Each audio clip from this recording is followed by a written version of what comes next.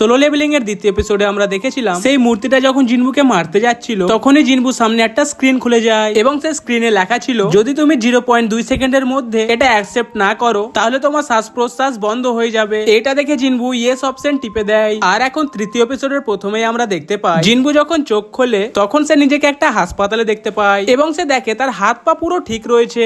এইসব দেখে জিনবু ভাবছে যে আমি মনে হয় একটা স্বপ্ন দেখছিলাম। তখনই জিনবুর সাথে দেখা করার জন্য দুটো লোক চলে আসে এবং তাদের মধ্যে একজন বলে উঠলো আমার নাম হলো বু জিনচুল আর আমি হান্টার অ্যাসোসিয়েশনের সার্ভিলেন্স টিমের একজন মেম্বার। তখন জিনবু বলে উঠলো সার্ভিলেন্স টিম আমার কাছে কিসের জন্য এসেছে? এটা শুনে জিনচাল বলল তুমি 3 দিন থেকে হসপিটালে অজ্ঞান হয়ে পড়েছিলে। এই কথা শুনে জিনবু অবাক হয়ে যায় এবং বলে জুহি আর বাকিরা সব ঠিক আছে তো? তখন জিনচাল বলে উঠলো হ্যাঁ ওরা সব ঠিক আছে, কিন্তু সে ডানজানের দুর্ঘটনায় মিস্টার সং একটি হাত হারিয়ে ফেলেছে এবং তাকে দেখে মনে হয় না যে সে আর হান্টারের কাজ চালিয়ে যেতে পারবে এবং জুহি এখনো নিজেকে সামলে উঠতে পারেনি, তার এখনো চিকিৎসা চলছে। কিন্তু জুহির অবস্থা দেখার পর আমার মনে হয় না যে সেও আর হান্টারের কাজ চালিয়ে যেতে পারবে। আর সে ডবল ডানজান থেকে তোমরা মাত্র 6 জন বেঁচে ফিরে এসেছো এবং খবর পেয়ে যখন হোয়াইট টাইগার গিল্ড সেখানে পৌঁছায় তখন তারা তোমাকে খুঁজে পায় অজ্ঞান অবস্থায় এবং সেই জায়গায় না কোনো টেম্পল ছিল আর নাই কোনো মূর্তি। আর যদি সেইখান থেকে কোনো ডেড বডি না পাওয়া যেত তাহলে পুরো সন্দেহ তোমাদের টিমের উপরে লাগতো। আর হ্যাঁ আরেকটা কথা জিনবুসাং তোমার শক্তি কি সেখানে পুনরায় জাগৃত হয়েছে? কিন্তু এমনটা অনেক কমবারই হয়েছে যে কোনো হান্টারের শরীরে দ্বিতীয়বার শক্তি জেগেছে আর এমনটা হওয়া মাত্র সেই হান্টারের শক্তি পুরো এস র্যাঙ্কের বরাবর হয়ে যায়। জিনচুলের এই কথা শোনার পর জিনবু অনেক আনন্দিত হয়ে যায়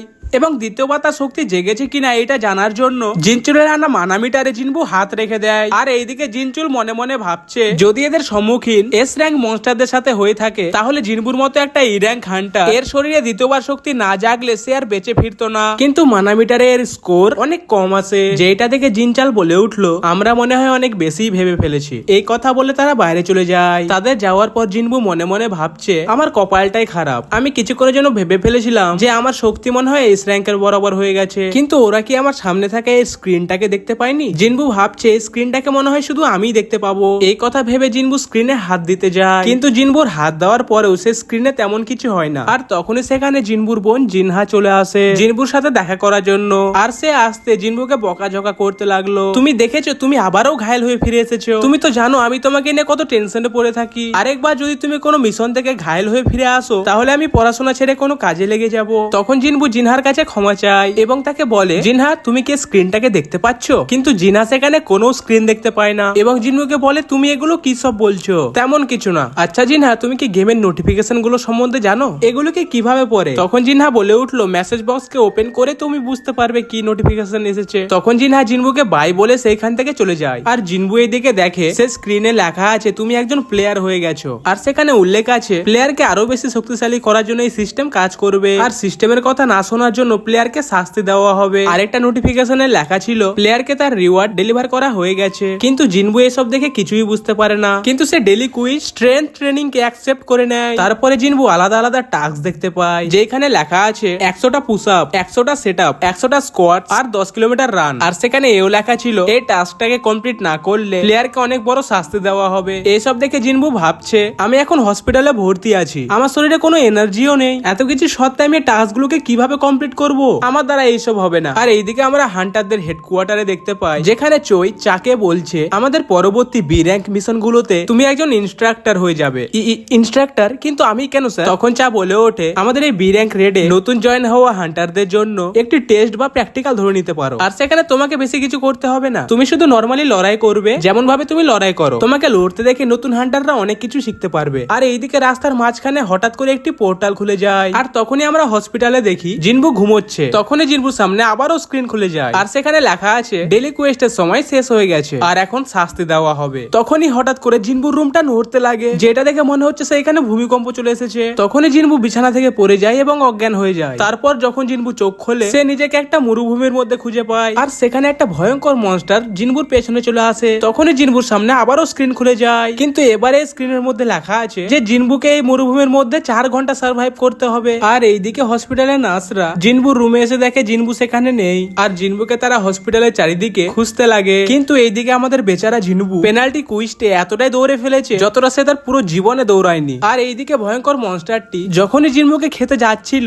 তখনই পেনাল্টি কুইস্টের সময় শেষ হয়ে যায়। সময় শেষ হওয়া মাত্র আমরা জিনবুকে আবারও সেই রুমের মধ্যে দেখতে পাই, আর সে স্ক্রিনে লেখা ছিল তুমি পেনাল্টি কুইস্টে 4 ঘন্টা সার্ভাইভ করে নিয়েছো। তারপরে আমরা 4 দিন পরের দৃশ্য দেখতে পাই, যেখানে জিনবু রেডি হচ্ছে তার ডেলি কুয়েস্ট কমপ্লিট করার জন্য। তারপরে জিনবু হসপিটালের বাইরে চলে যায়, আর এইদিকে জুহির কাছে খবর চলে যায় যে জিনবু এখন রিকভার হয়ে গেছে। এটা শুনে জুহি জিনবুর সাথে দেখা করার জন্য হসপিটালে চলে আসে, এবং হসপিটালে জুহি এসে দেখে জিনবু তার ট্রেনিং এ ব্যস্ত। আর সেখানে কিছু নার্স জিনবুকে দেখে বলছে আমরা জানি যে হান্টাররা বাকিদের তুলনায় অনেক তাড়াতাড়ি রিকভার হয়, কিন্তু এই সময় এনাকে রেস্ট করা উচিত। নার্সদের এই কথাগুলো শুনে জুহি জিনবুর সাথে দেখা না করে ঘরে ফিরে যায়। ডেলি কুইজ শেষ হয়ে যাওয়ার পরে জিনবু 3 রকমের রিওয়ার্ড পায়। প্রথম রিওয়ার্ড হলো ফুল রিকভারি, যেটার ইউজ করে জিনবুর শরীর থেকে সমস্ত ক্লান্তি দূর হয়ে গেল। দ্বিতীয় রিওয়ার্ড হলো অ্যাবিলিটি পয়েন্ট, যার সাহায্যে জিনবু তার শরীরের যে কোনো একটা অ্যাবিলিটিকে বাড়াতে পারবে। জিনবু এই অ্যাবিলিটির সাহায্যে নিজের স্ট্রেংথ কে বাড়ায়। আর তৃতীয় রিওয়ার্ড হলো র্যান্ডম লুট বক্স, যেটা খুলে জিনবু একটা চাবি পায়, আর এই চাবিটার সাহায্যে জিনবু একটা ডি র্যাঙ্ক ডানজনকে খুলতে পারবে। কিন্তু হঠাৎ জিনবুর মাথায় সে স্ট্যাচুর কথা চলে আসে,